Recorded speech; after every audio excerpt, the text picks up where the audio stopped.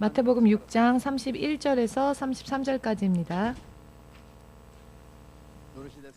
다 찾으셨는지요? 소리 내어 읽겠습니다. 그러므로 염려하여 이르기를 무엇을 먹을까, 무엇을 마실까, 무엇을 입을까 하지 말라. 이는 다 이방인들이 구하는 것이라. 너희 하늘 아버지께서 이 모든 것이 너희에게 있어야 할 줄을 아시느니라. 그런즉 너희는 먼저 그의 나라와 그의 의를 구하라. 그리하면 이 모든 것을 너희에게 더하시리라. 아멘. 만군의 주 되신 하나님, 오늘도 주님께서 허락하여 주신 예수님의 이름을 믿고 주님의 자녀가 될 자격을 받은 우리 한 사람 한 사람이 믿음으로 주님 앞에 가까이 나아왔습니다. 믿음으로 주님 앞에 가까이 가는 자는 반드시 상 주신다 하셨고 기뻐해 주신다 약속하셨으니 예수님의 이름으로 주님 앞에 나아가는 한 사람 한 사람이 매일매일 그 믿음이 바르게 정리되어지고 매일매일 성장하게 하시옵고 주님을 아는 바른 지식을 토대로 하여 올바른 믿음 생활을 해 나아갈 수 있게 하시옵고 믿은 결과로서 주께서 살아 역사하시는 하나님 되심을 확실하게 전할 수 있는 복음의 증인으로서 설 수 있도록 한 사람 한 사람을 도와주시옵소서. 이 시간 또한 진리의 말씀이 주어질 때에 마음이 뜨거워지게 하시고 하나님의 뜻을 확실하게 볼 수 있고 알 수 있는 깨달음을 성령을 통해 사랑하는 자녀들에게 허락하여 주시옵소서. 모든 것을 주의 성령께 받기오며 예수 그리스도의 이름으로 기도드리옵나이다. 아멘. 할렐루야.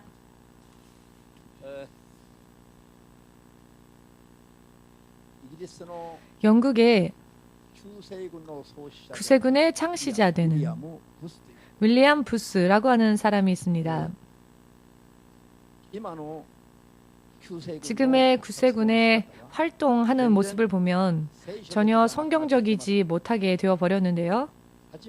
처음에 윌리엄 부스가 구세군을 창시했었을 때에는 성경적인 믿음을 목적으로 하고 있었습니다. 즉 성경을 토대로 한 믿음, 복음 선교와 그리고 구제, 이 양쪽 다 주께서 기뻐하시는 일을 균형 있게 섬기는 그 일을 목표로 하였었기 때문에 그런데 시간이 흘러서 지금은 전혀 그 방향이 잘못되어져 버렸는데요. 처음 윌리엄이 하나님께서 기뻐하시는 복음 선교를 목표로 삼아 개척을 했을 때에 처음에 열심히 노력을 했습니다. 그러나 얼마 되지 않아 그는 죽을 병에 걸리고 말았습니다. 더 이상 일을 한다는 것이 그 육신으로 일을 한다는 것은 무리이다. 더 이상 목회를 계속하는 것은 무리이다. 1년도 지나지 않아 이제 죽을 수밖에 없을 것이라는 사형 선고를 의사로부터 받습니다. 그렇기 때문에 실제로는 목회를 그만두고 육신을 위하여서 무언가 대책을 세워야 할 때였습니다. 그러나 그는 더욱더 필사적이 되어 더욱더 열심히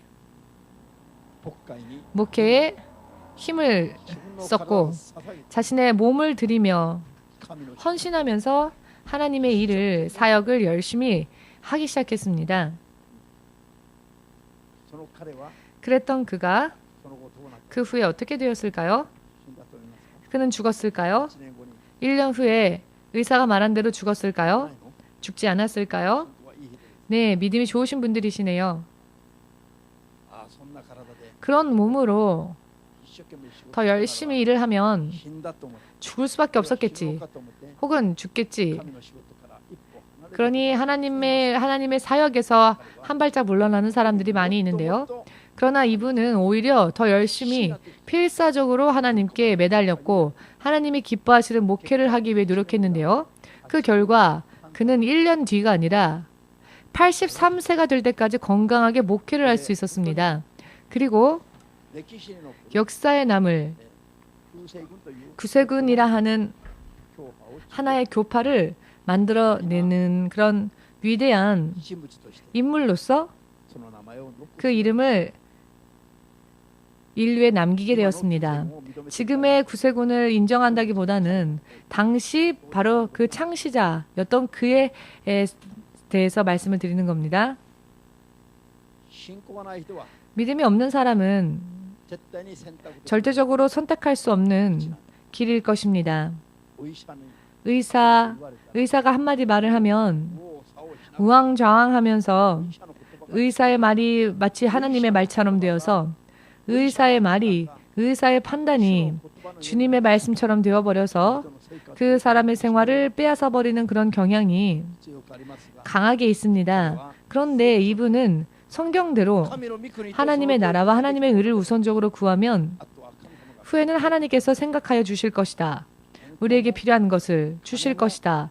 건강도, 물질도, 힘도, 지식도, 목회 또한 모든 것을 하나님께서 온전히 생각하셔서 우리들에게 있어 필요한 것을 필요한 때에 하나님께서 허락하여 주실 것이다. 할렐루야.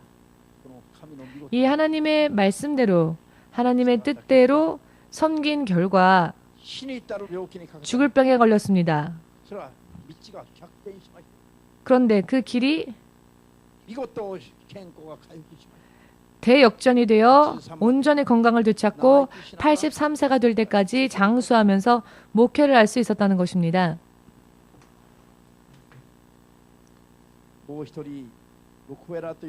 또 한 명, 록펠러라고 하는 사람이 있습니다. 이 사람은 너무 유명해서 여러분들이 귀에 못이 박힐 정도로 들은 인물일 수 있습니다. 그리고 지금의 록펠러의 자손들의 믿음들이 엉망진창이 되어서 간증할 수 있을 만한 그런 부분이 유감스럽게 없습니다만 록펠러 1세의 믿음으로 승리를 거둔 부분에 대해서만큼은 그 당시에 그것이 하나님과의 관계에 있어서 승리한 간증이기 때문에 그 후의 것들에 대한 타락에 대해서는 물론 칭찬받을 만한 것이 못 됩니다. 그러나 록펠러 자신이 처음 하나님의 말씀대로 살고자 그 생활을 하기로 결심을 하고 미국 최고의 부자가 되었을 때에 마침내는 세계 최고의 부자가 되었고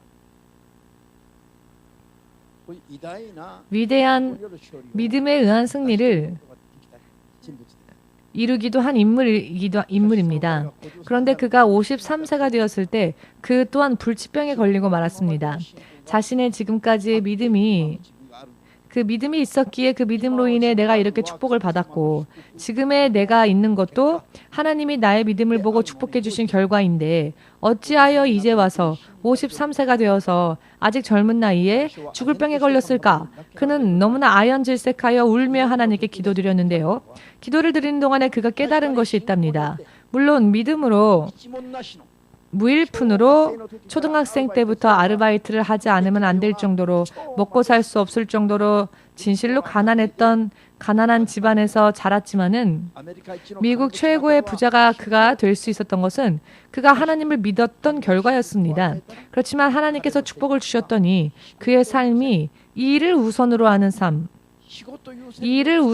삶으로 기울어지고 말았습니다. 여기에 그 사실을 그는 깨달았습니다. 나는 하나님 앞에 인정받았다.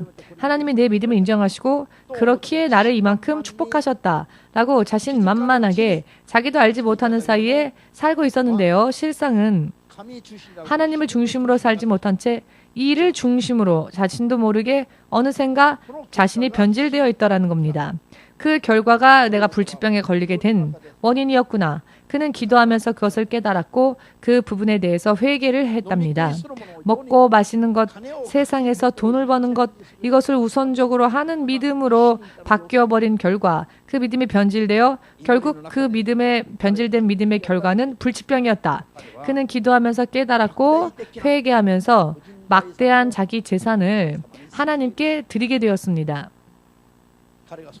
그가 그때부터 결심을 하고 자기의 개인 재산으로 세운 교회만 해도 4,900개 이상의 교회를 세웠습니다.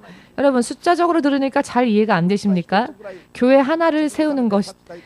자, 내가 내 재산으로 교회를 한 곳 세웠습니다 하시는 분 손 들어보십시오. 아니 왜 자라손처럼 되셨습니까? 내가 나의 개인 재산으로 교회를 세웠습니다. 단 한 군데라도 하시는 분 계십니까? 교회를 한 군데, 두 군데, 세 군데 교회를 내 돈으로 나 자신의 재산으로 교회를 세우는 사람이 그렇게 많지 않은데요. 록펠러는 4,900 몇 군데의 교회를 자기의 개인 재산으로 개척했습니다. 즉 교회를 세웠다는 것이죠. 그리고 그것뿐만이 아니라 세계 선교에 막대한 헌금을 드리기 시작했고 그것뿐만이 아니라 가난한 자들을 구제하는 일에 많은 기부를 합니다. 그가 하나님을 중심으로, 하나님을 우선으로, 하나님을 중심으로 하는 삶으로 그 생활 패턴을 바꿨습니다. 1년 후에 어떻게 되었을까요? 그도 1년 후에 죽지 않았습니다. 그는 98세까지 장수했습니다. 그리고 그 53세 때보다도 98세 때의 록펠러의 재단은 2배의 번성이 있었습니다.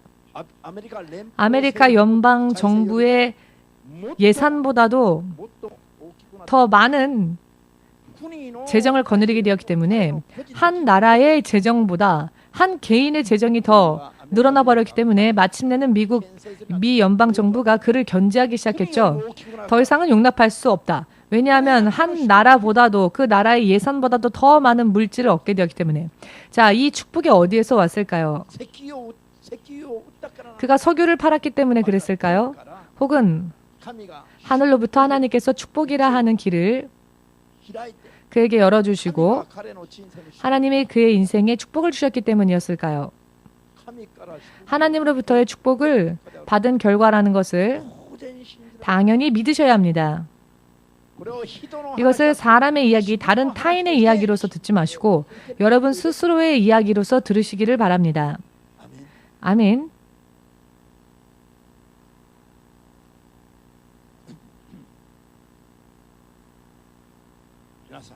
여러분, 성경은 먼저 거짓과 거짓을 말할 수 없는 특징이 있습니다. 오늘의 본문 말씀에서 우리가 읽은 말씀은 사람이 크리스찬이 되어서 정말로 어떤 태도를 취해야 하는가, 어떠한 믿음을 가져야 하는가에 대해서 명확하게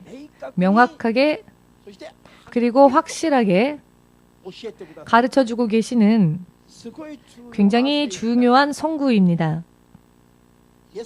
예수님을 믿노라 말을 하고 난 뒤에 고백하고 난 뒤에도 불신자처럼 살 것이냐 혹은 하나님의 자녀로서 진실로 살 것이냐를 확실하게 결정짓는 기준과 같은 말씀이 바로 오늘의 말씀입니다. 예수님을 믿고 그렇게 고백했고 그렇게 생각했고 그래서 교회를 다니고 이것만으로는 그 믿음이 인정되어질 수 없습니다. 실제적으로 그 사람의 삶의 방식이 매일매일 사는 삶이 어떠한 모양이 되어 있는가, 그것으로 인해 믿는 자와 믿지 않는 자의 구별이 되어진다는 것입니다. 오늘 이것을 확실하게 하길 바랍니다. 오늘의 말씀을 아무리 설교하여도 오늘의 말씀을 알지 못하는 크리스찬들이 너무 많은데요. 여러분, 아무리 교회에 몸을 담았다 할지라도 생활의 중심이 눈에 보이는 현실에 있는 사람은 하나님께서 보셨을 때는 불신자와 마찬가지인 것입니다. 하나님께서 책임을 질 수가 없는 것입니다. 너의 마음대로 살아라. 네 나름대로 살아라. 하나님께서 팔짱 끼시고 무언가 그를 책임져야 할 그런 책임감을 느끼지 못하시는 겁니다. 불신자, 이방인, 즉 믿지 않는 자와 마찬가지로 사니까요. 돈을 버는 것이 우선되어 있고 가족이 우선이 되어 있고 세상에 있는 것, 건강 혹은 자기 자신 그것들이 하나님보다 먼저 우선이 되어 그것을 위해 사는 사람들은 하나님께서 그들을 지켜주시고 책임져 주실 이유가 없는 것입니다. 왜냐하면 하나님을 믿노라라고 하는 말은요, 알기 쉽게 말씀드리면 하나님의 나라의 시민권을 가졌다라는 뜻입니다. 하나님 나라의 시민권을 가졌다라고 하는 것은 무엇입니까? 하나님 나라의 법을 먼저 준수하며 지키며 그 나라의 시민으로서 산다고 하는 것입니다. 그것이 바로 하나님을 믿는다는 것입니다. 아멘 되십니까? 예수님을 믿습니다. 그리고 세례를 침례를 받았다. 그것은 지금까지 믿지 않았던 내 삶의 모든 것을 장사 지내겠다. 묻어버리겠다.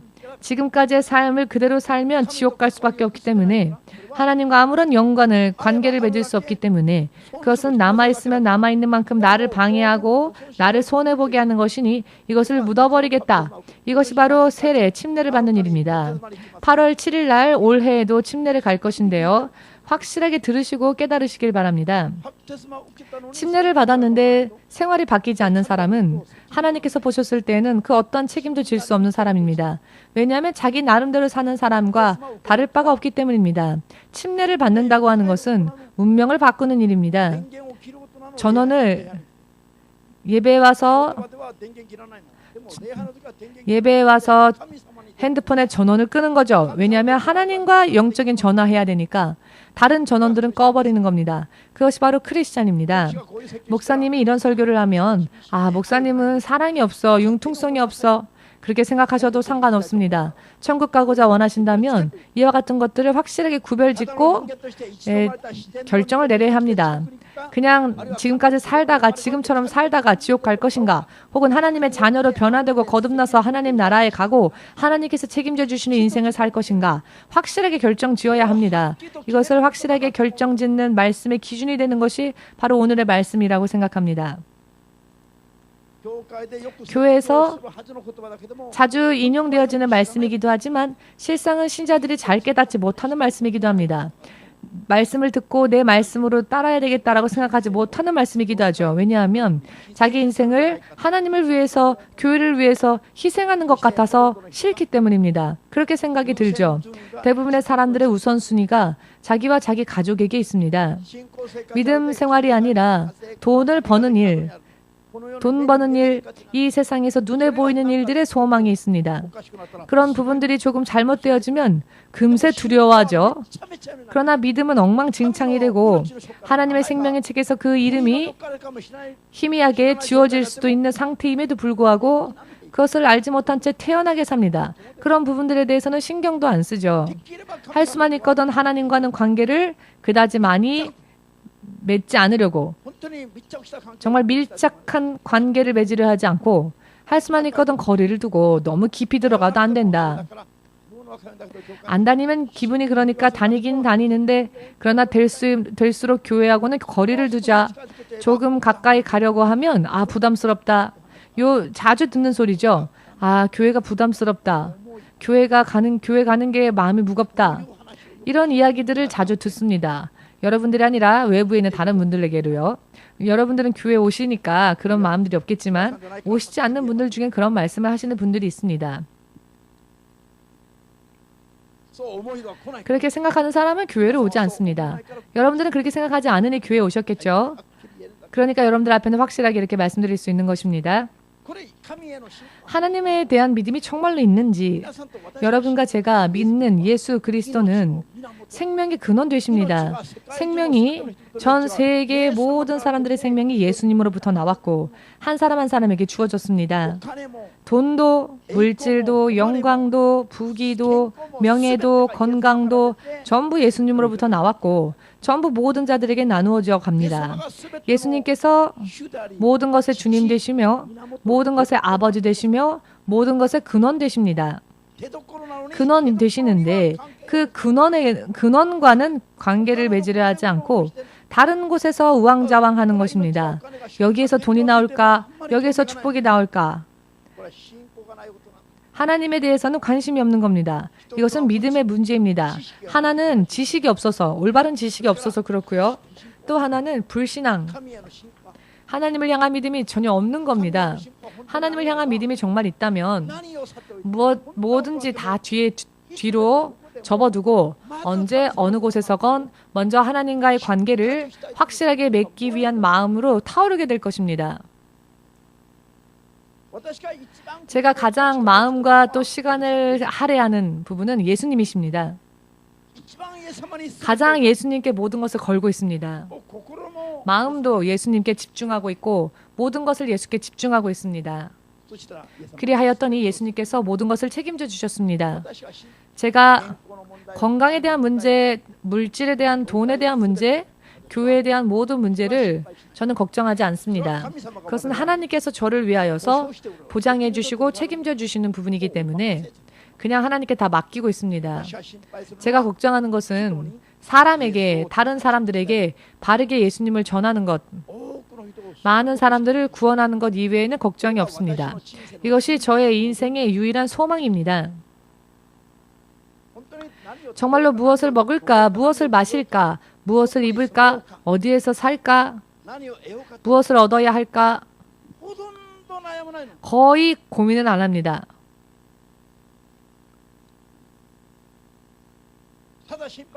다만 걱정하는 것은 여러분들의 믿음을 걱정할 뿐입니다. 여러분들의 믿음이 구원받는 믿음, 도중에 예수께서 이 땅에 오실 때 남겨지지 않고 들림받을 수 있는 믿음, 그와 같은 믿음이 있는지 그 부분에 대해서만 저는 계속 걱정이 됩니다. 할렐루야. 그렇기 때문에 다른 것들은 예수님께서 전부 걱정해 대신 저를 위해 예수께서 대신 걱정해 주시고 제가 생각하지도 않았는데 예수님께서 다 챙겨주십니다. 그것을 저는 뼈저리게 체험하고 있습니다.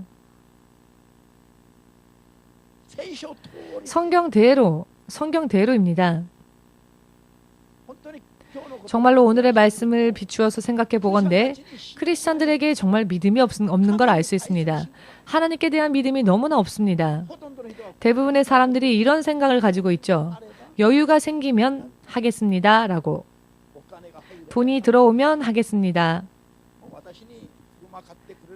저에게요 어떤 분이 차를 한 대 사드리겠습니다. 돈이 들어오면 교회를 세워드리겠습니다. 이런 말을 하시는 분들이 있었습니다. 그런데 그 말을 한 분들은 한 명도 교회에 남지 않고 다 떠났습니다. 왜냐하면 그런 믿음으로는 결국 하나님으로부터 받는 게 없기 때문에 마침내는 실망하여서 교회 다녀봤자구나 하고 다 떠나가는 것입니다. 돈이 들어오면 차를 사드릴게요. 돈이 들어오면 교회를 세워드릴게요 했던 그 약속들을 제가 믿었다면 목사님이 이상해졌을 겁니다.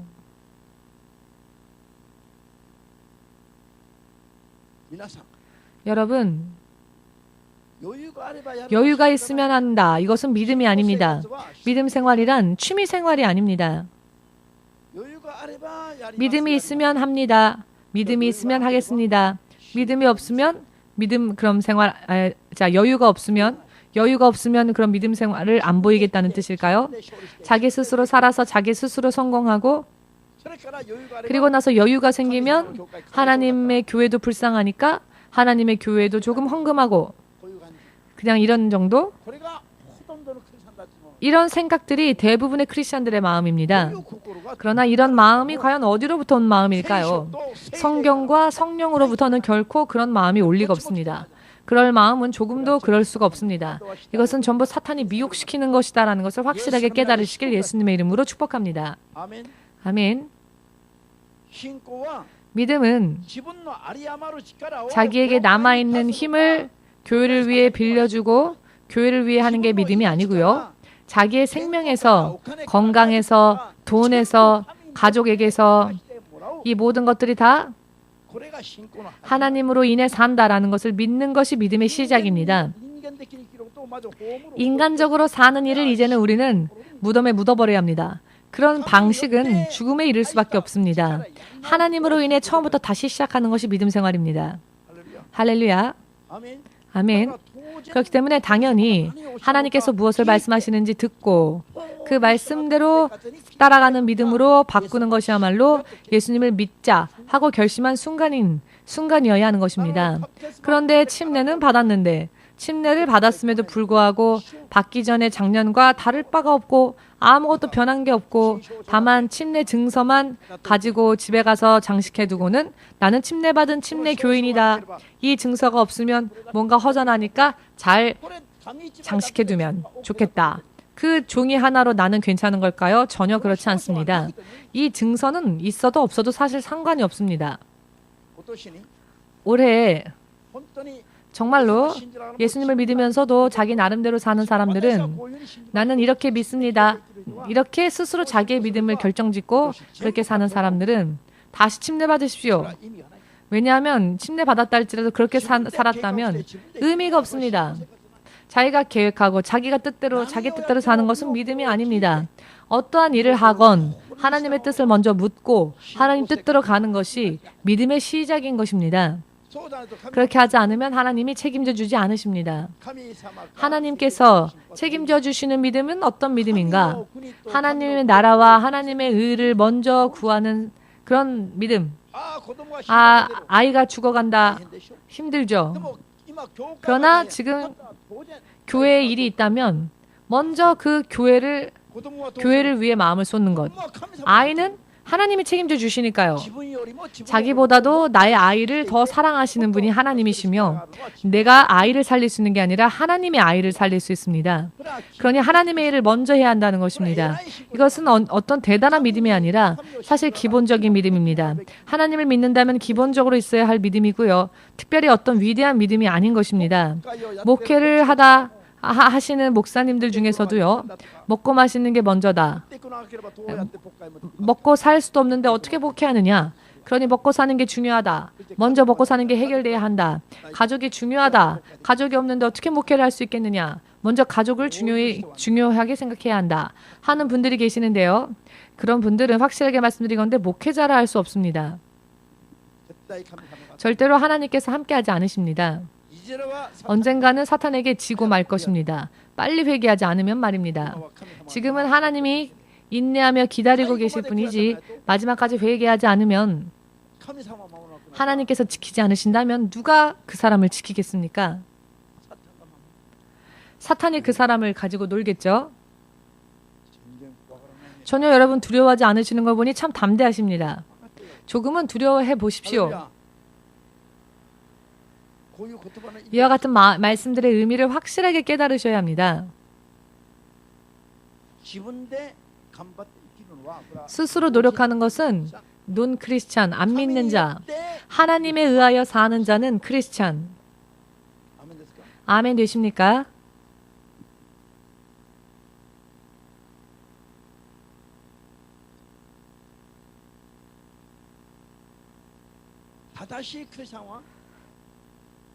진정한 크리스찬은 하늘을 향하여 갑니다. 그러나 진정한 크리스찬이 아닌 사람은 어디를 향하여 가고 있을까요? 멸망을 향하여 가고 있습니다. 이것은 어떤 특별한 이야기가 아니고요. 기본적인 이야기입니다. 지금 죄를 범하고 자기 마음대로 살아도 금세 심판이 임하지 않으니까 이대로도 족하다. 이대로 믿어도 괜찮다라고 생각하시죠? 전혀 그렇지 않습니다. 기도하면 하나님이 응답 주셨으니까 라고 해서 내가 보호하심을 받는 믿음 위에 서 있다고 생각하는데요. 아닙니다. 그것은 잠깐 맛보기를 주실 뿐입니다. 전혀 응답하지 않으시면 하나님께서 살아 역사하시는 것을 전혀 맛을 보지 못하면 조금도 믿음이 성장할 수 없으니 맛을 보게 하시기 위해서 가끔 우리의 기도에 응답하실 때 있지만 그렇다고 해서 내 믿음이 인정받았기 때문이라는 것은 아니라는 것입니다. 하나님께서 인정하시는 믿음 그리고 보장해 주시는 믿음이란 전면적으로 하나님께 모든 것을 맡기는 믿음입니다. 또한 하나님의 믿음이 우선되는 사람입니다. 시간이 5년, 10년, 15년 지나면 알 수 있는데요. 한때는 하나님 앞에 무언가를 받고 가끔은 하나님께서 긍휼히 여기셔서 응답 주실 때가 있지만 빨리 하나님 앞에 돌아오게 하시기 위해서 응답 주실 때가 있지만 굴곡이 있어서는 안 됩니다. 믿음 생활에. 크리스찬은 계속 오르막길로 가야 합니다. 어디까지? 천국까지. 천국까지 계속 오르막길을 가야 합니다. 그것이 크리스찬의 길입니다. 가면 갈수록 처음에는 미약하였다 할지라도 가면 갈수록 뜨거워지고 윤택해지고 풍성해지고 창대하게 가면 갈수록 넓어지고 그 지경이 넓어지고 그러나 한때는 이렇게 지경이 넓어졌고 좋았는데 또 보니 구렁텅이에 빠져 있고 하는 것은 하나님께서 약속하실 수 없는 믿음입니다.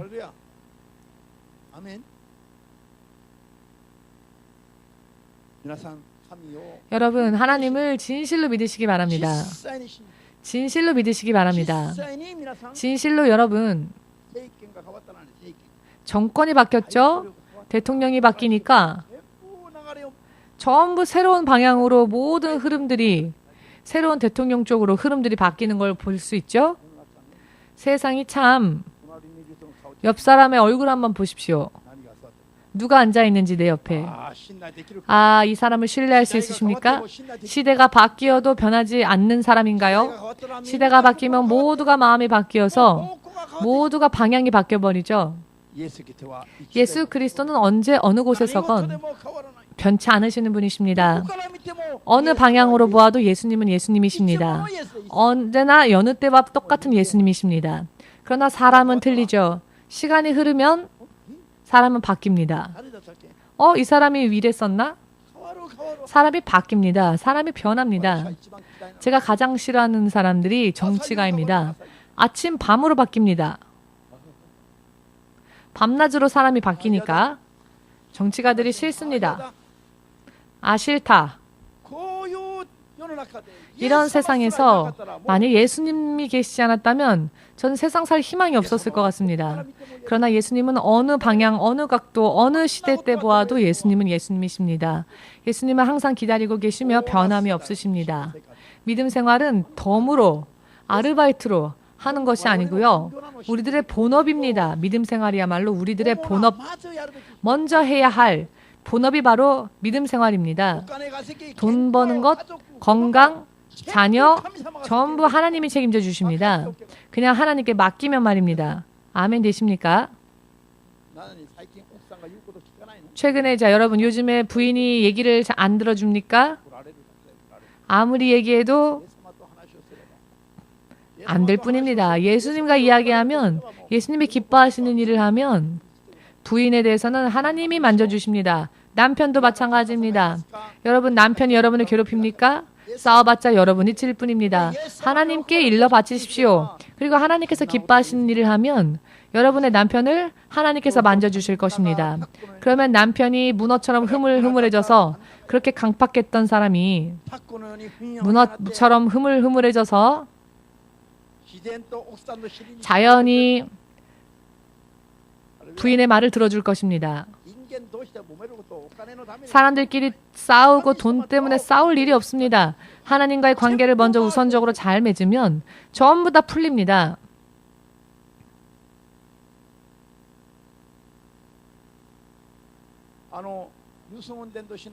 유승은 전도사님의 누나, 친척 누나가 있습니다. 지금은 한국에 있지만 몇 년 전에는 미국에서 살고 계셨었는데요. 유 전도사님의 친척 누나가 사업을 하다가 도산을 했습니다. 도산을 해서 미국 은행에 거액의 빚을 지게 되었습니다. 빚을. 평생을 노력해서 갚아도 갚을 수 없을 정도의 빚을 지어버리고 말았습니다. 2011년 우리 교회가 소토칸다에 있었을 때 일입니다. 교회 이전을 위하여서 기도하고 있었을 때였습니다.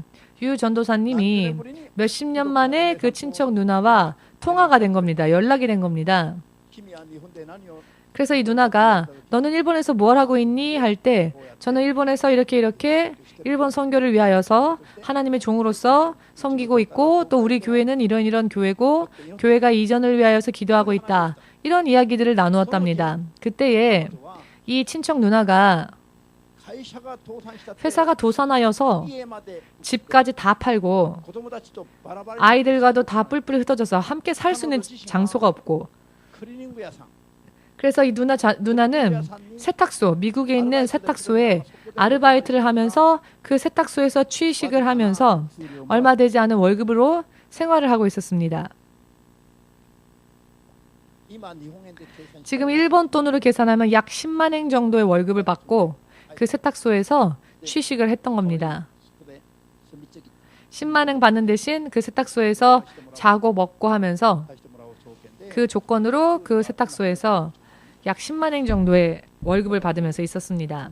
그렇기 때문에 10만 엔이니까 참 직업이라고도 하기 뭐하죠. 월급이라고 하기도 뭐한 아르바이트 같은 감각인데 정말 얼마 되지 않는 생활비만 남겨놓고는 어떤 때는 7만행, 어떤 때는 6만 5천행 이렇게 매달 교회가 이전하기 위한 건축 헌금으로서 미국에서 일본으로 헌금을 보내기 시작하는 겁니다. 제가 오히려 걱정이 됐습니다. 아니 정말 이렇게 많이 보내면 삶을 어떻게 사시나. 자기를 생각하지 않고 자기의 월급 10만행 중에 7만행 전후의 액수를 전부 일본에다 붙이니 제가 오히려 걱정이 됐습니다. 그런데 괜찮아 하면서 계속 이 누나가 한 번, 두 번으로 끝나겠지 했는데 10개월 동안 건축 헌금을 보내왔습니다. 10개월 후에 전화가 걸려왔는데요. 유 전도사가 저한테 얘기를 해주는 겁니다. 기적이 일어났습니다, 목사님 하고.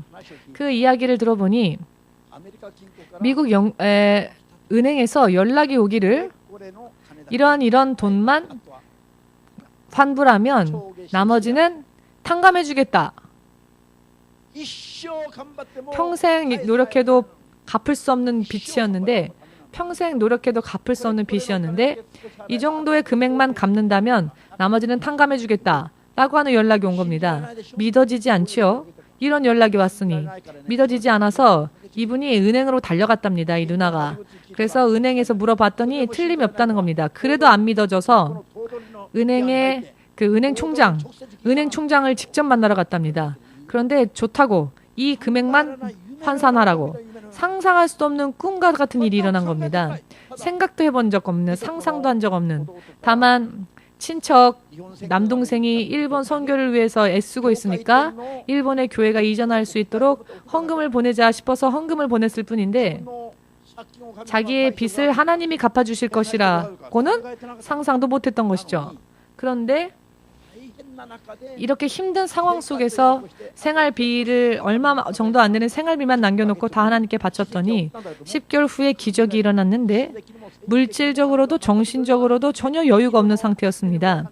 왜냐하면 다른 사람이 세탁소에서 먹고 마시면서 취식하면서 얼마 되지 않는 돈으로 살면서 거의 대부분의 돈을 일본 교회다, 우리 교회다 드렸으니 여유가 있어서 드린 게 아니라 지금 여러분들에게 말씀드린 것처럼 여유가 없었습니다. 가족들과 한 집에 살 수 있는 여유가 없어서 세탁소의 구석진 곳에서 잠자고 했을 뿐입니다.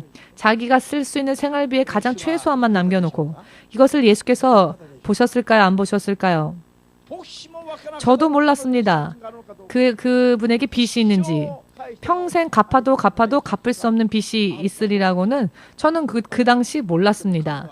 그런데 하나님은 모든 것을 다 알고 계시죠. 하나님께서 10개월 후에 드디어 이분의 믿음에 응답을 주셨습니다. 정신적으로도 너무나 힘든 상황이었습니다.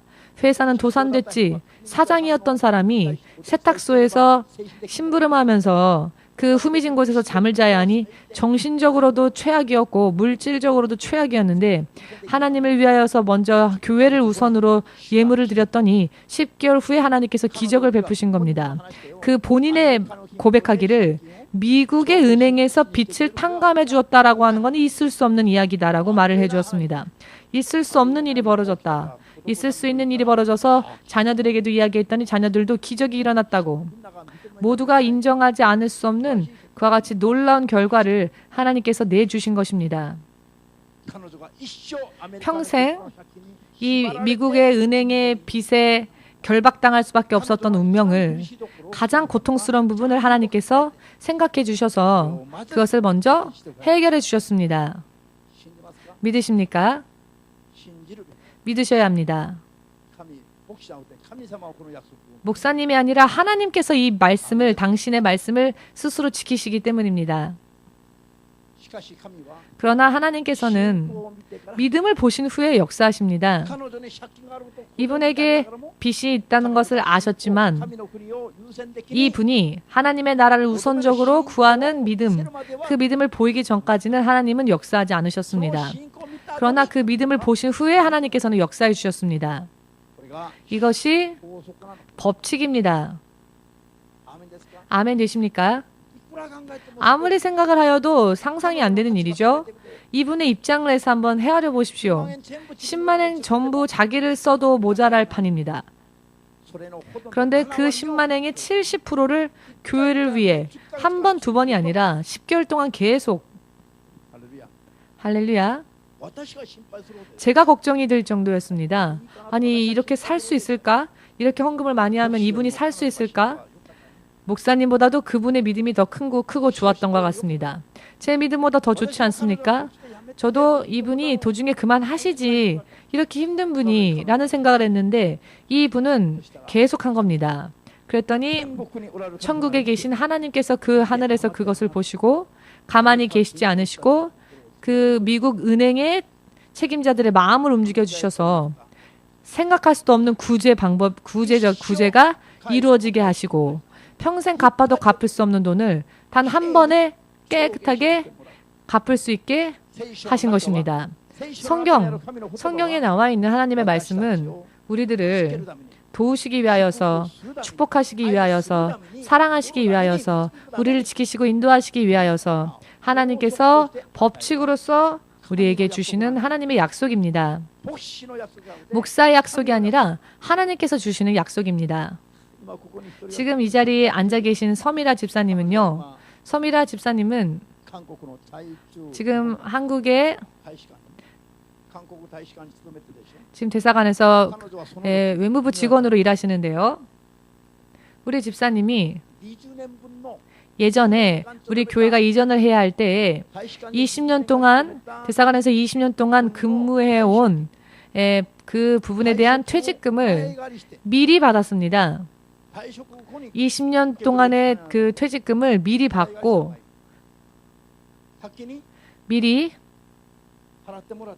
미리 받아서 그 전액을 교회 건축 헌금을 위해 드렸습니다.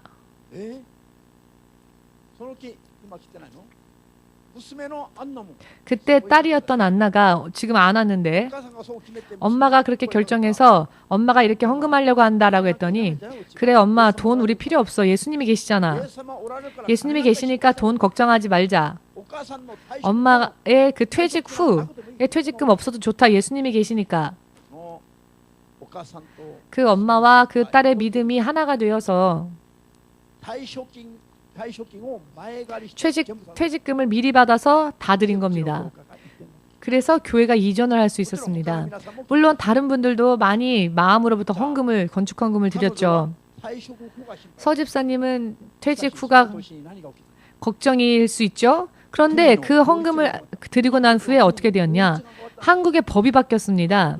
한국의 법이 바뀌었습니다. 어떻게 바뀌었느냐? 정말 집사님을 위해 바뀐 겁니다. 여성 외무부 직원은 50살이 정년인가요? 45이 정년인가요? 그게 어떻게 바뀌었죠? 60?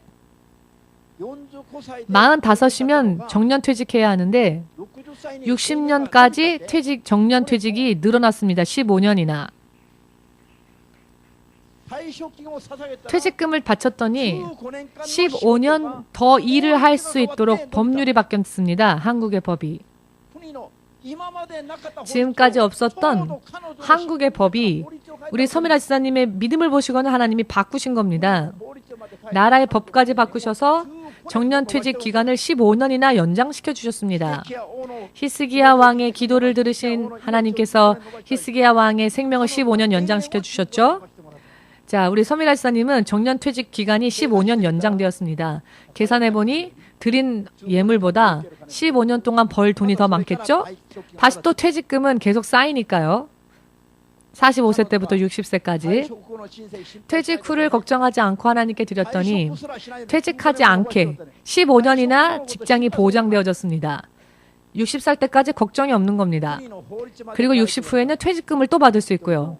한 나라의 법이 바뀌었습니다. 하나님이 사랑하는 하나님의 딸을 지키시기 위해서. 우연이라고 생각한다면 그뿐이겠죠. 그러나 진실로 하나님은 법까지 바꾸실 수 있는 분이십니다. 제가 유학에 와서 일본 선교로 비자를 바꿀 때에 사실 그 비자의 자격이 바뀌게 될 경우에는 일본에서 그 자격을 그대로 받을 수가 없습니다. 일단 한국으로 다시 돌아간 뒤에 외국에서 파견되어지는 모습으로 다시 비자를 받아야만 합니다. 비자 체류의 종류가 바뀌기 때문에. 그러나 저는 기도했습니다. 저는 한국에 돌아가는 거는 상관없지만 한국으로 돌아가면 그냥 시간만 때울 뿐이겠지만 제가 일본에 이대로 남아서 일을 한다면 하나님을 위해 일할 수 있으니 한국으로 나가지 않고 일본에 남아있으면서 비자가 잘 바뀔 수 있게 해주십시오. 기도했습니다. 그리고는 입국관리소에 갔는데요. 이 도장을 찍어주는 사람이 머리를 갸우뚱갸우뚱 하다가 그냥 찍어주는 겁니다. 그 후에 나영 전도사 때에 비자를 못 받게 되었습니다. 일단 무조건 한국으로 돌아가야 한다는 겁니다. 그래서 입국관리국에 그 입구가 아니라 뭐라고 해야 되나요? 접수처가 아니라 더 안에까지 들어가서는 저는 이런 전례가 있으니 내 딸에게도 그렇게 해주십시오. 안 된다고. 어떻게 당신은 비자 받았습니까? 하고는 오히려 육간 사람들이 놀라는 겁니다. 이런 케이스는 일단 한국으로 돌아가야 하는데 어떻게 받았느냐고. 하나님이 오케이 하신 겁니다. 딸은 안 된다고. 법이 그렇게 됐기 때문에 안 된다고. 그래서 일단 한 달 동안 한국으로 돌아갔는데 한국에 가서 지금의 남편을 만나봤죠.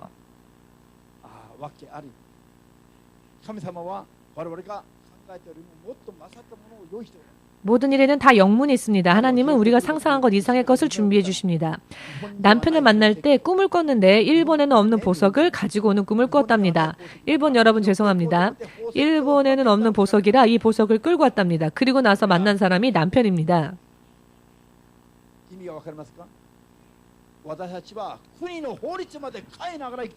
우리는 이렇게 기도로서 나라의 법까지 바꾸며 살고 있지 않습니까?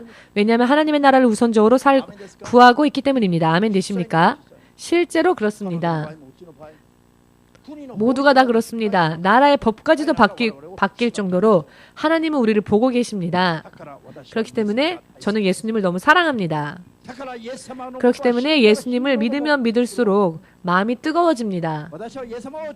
저는 예수님을 정말로 믿습니다. 절대로 예수님을 믿습니다. 저는 사람의 말은 믿지 않습니다. 그냥 사랑할 뿐입니다. 사람의 말은 믿음의 대상이 되지 못합니다. 그냥 사랑을 해줘야 하는 대상입니다. 욕을 해도 불쌍하게 여기고 의미를 이해하시겠는지요? 사람이 아무리 큰 이야기를 하여도 그 말을 믿지 마십시오. 우리가 믿어야 할 것은 오직 예수님입니다. 오직 예수님만을 믿으면 후회하지 않습니다. 그러나 사람을 믿으면 후회 쓰러집니다. 사람은 하나님이 아니기 때문에.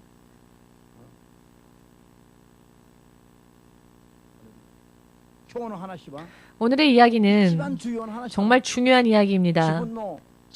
나의 인생, 나의 물질, 돈, 건강, 행복, 기분 감정까지 마음이 이렇게 아침에 일어나면 우울하다, 사람 얼굴을 보면 화가 난다, 이런 기분 감정까지 하나님께서 책임져 주십니다.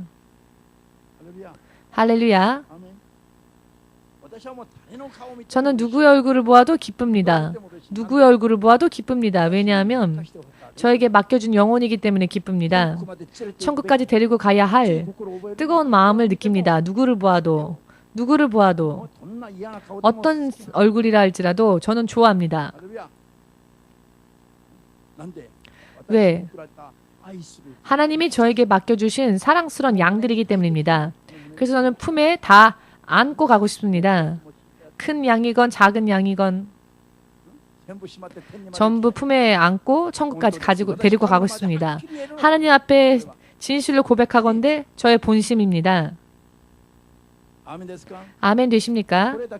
이것만이 제가 사는 삶의 목표이며 삶의 소망입니다. 돈 같은 것에는 관심이 없습니다.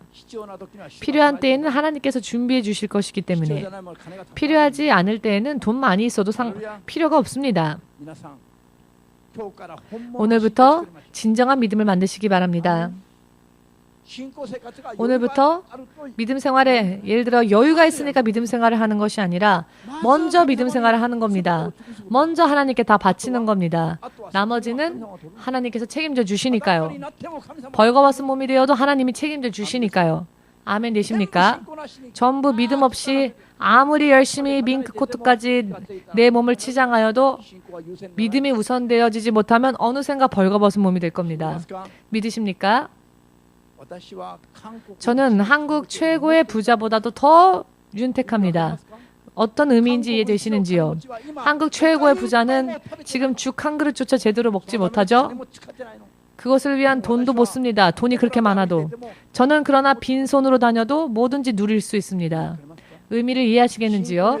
믿음으로 살면 하나님께서 보장해 주십니다. 할렐루야. 건강? 저는 건강에 대해서 전혀 걱정 안 합니다.